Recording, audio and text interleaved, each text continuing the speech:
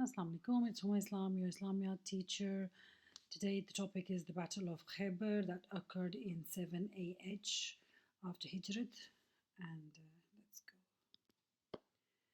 Khayber was a well-fortified Jewish oasis northwest of Medina, 20 kilometers away. Remember, Banu Nazir were expelled from Medina. Why were they expelled? Because they attempted to assassinate the Prophet ﷺ by throwing a boulder from their fortress, and the Prophet ﷺ was given the revelation that they are trying to kill you, so that he moved from that place. And Banu Nadir, when expelled, settled here and incited the Makkans and Banu Qurayza to come for the war of the trench. And do you remember the Banu Qurayza? They were also treacherous at the time of the Battle of the Trench. Why? Because they said that we are going to attack the Muslims from the southern part when all the Muslim troops were at the northern area at the trench. The Ghatafan tribe was ready to send reinforcements to attack Medina because Arabs were tribal lords and tribal warlords as well.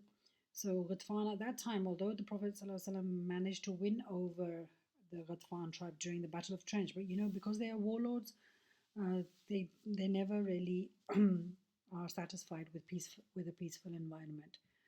Jews considered the Treaty of Hudaybiyah a weakness of the Muslims. They thought that the Muslims were going to fight, they were going to Umrah, nobody let them in, so they are weak as an identity.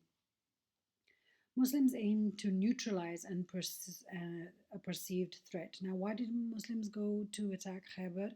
It was because the Jews of Khayber were inciting the Banu Qurayza, and they were treacherous. They proved treacherous at the time of the trench.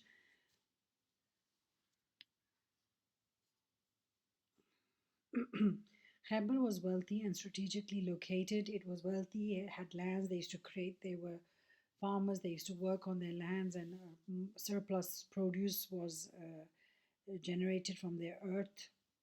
Strategically located, it's it was en route on the routes to trade. It was seen as the last Jewish stronghold in the region, also Khayber. The battle consolidated Muslims' power in Arabia. War strategy. Muhammad led 1,700, in other words 1,700 men to Khayber. 200 had horses, were cavalry. Khayber consisted of multiple fortresses with 20,000 Jewish inhabitants. So it was based on fortresses. What is a fortress? High walled castles, basically. He used the element of surprise attack in this attack. He camped far away from. So the surprise attack was he camped at night outside of Khayber, far away from Khayber, and attacked early in the morning. Muhammad personally participated in the siege of Khayber. The first fort, remember, there was a fortified place, Khayber, and Muhammad personally participated in the siege. The first fort to fall, in other words, to be conquered, was Naim. In fact, after a 10-day siege. Imagine laying a siege for 10 days and then attack. Amongst all of the forts, the greatest fort was the fort of Qamus, and the Muslims were unable to conquer it. It was not falling, basically. Muslims were failing to conquer it, but then Hazrat Ali conquered it. Ali ibn Abi Talib, the Lion of God. Ali Radhiyallahu anhu was Muhammad Sallallahu cousin, Chacha's son, and also his son-in-law.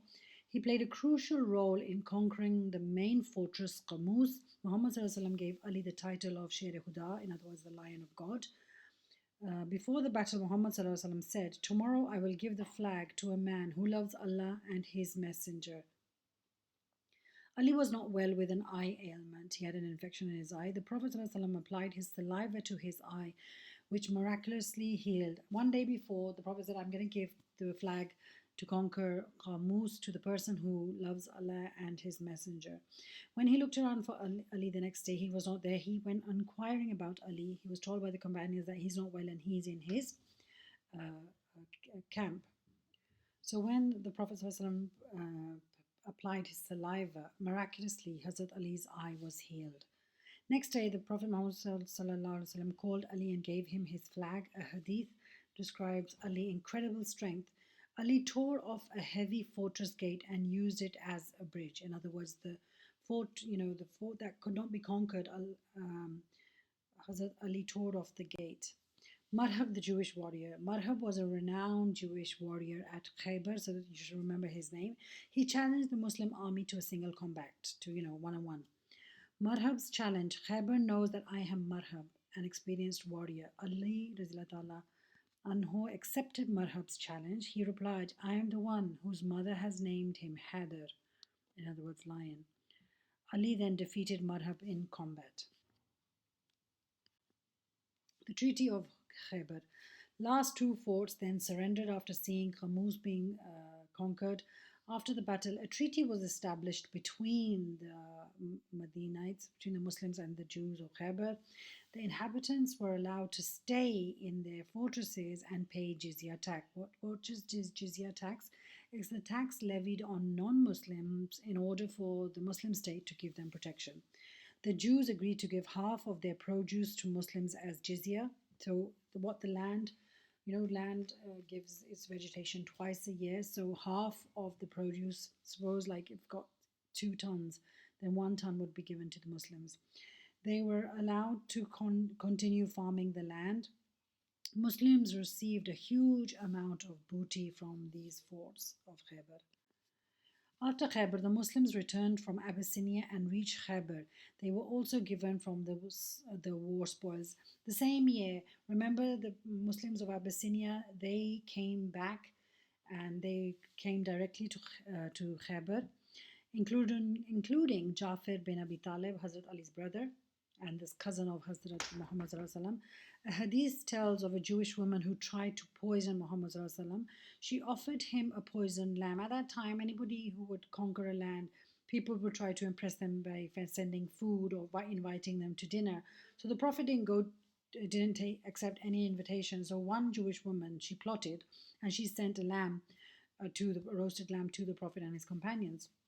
She offered him a poisoned lamb shoulder because she asked somebody that, what does he eat? What is he fond of eating? And they said he loves the shoulder of the lamb. After the battle,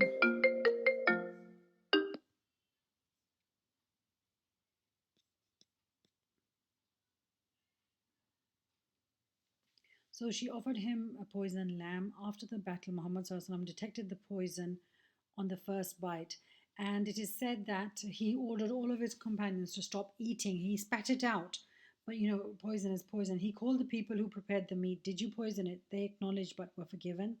The companion who consumed a full bite, he got severely ill and died 2 days later. So the woman was given death penalty based on qasas because one person died because of the poisoning. Significance of the Battle of Khaybar, it's usually asked in your B part. The victory of Khaybar boosted Muslims' confidence because remember they were underconfident because of the Treaty of Hudaybiyah. It provided resources for further expansion. Winning over Khaybar, they got so much war weapons and they could further expand Islam and go to fight wherever they wished. The battle demonstrated Muhammad's military and political skills.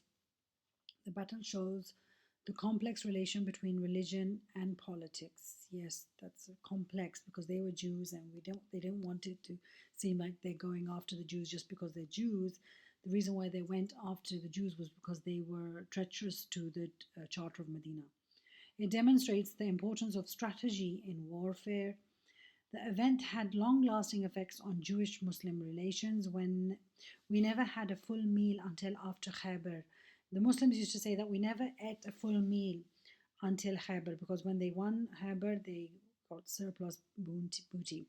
Lands of Ansar were given back to the Ansar. This is the Fathan Gharib. This is the near victory. They're going to be victorious over Khaybar. And remember the brotherhood bond, people had shared their lands with the Muhajir. At this time, after winning over Khaybar, they no longer had to rely on the lands of the Ansar. Islam.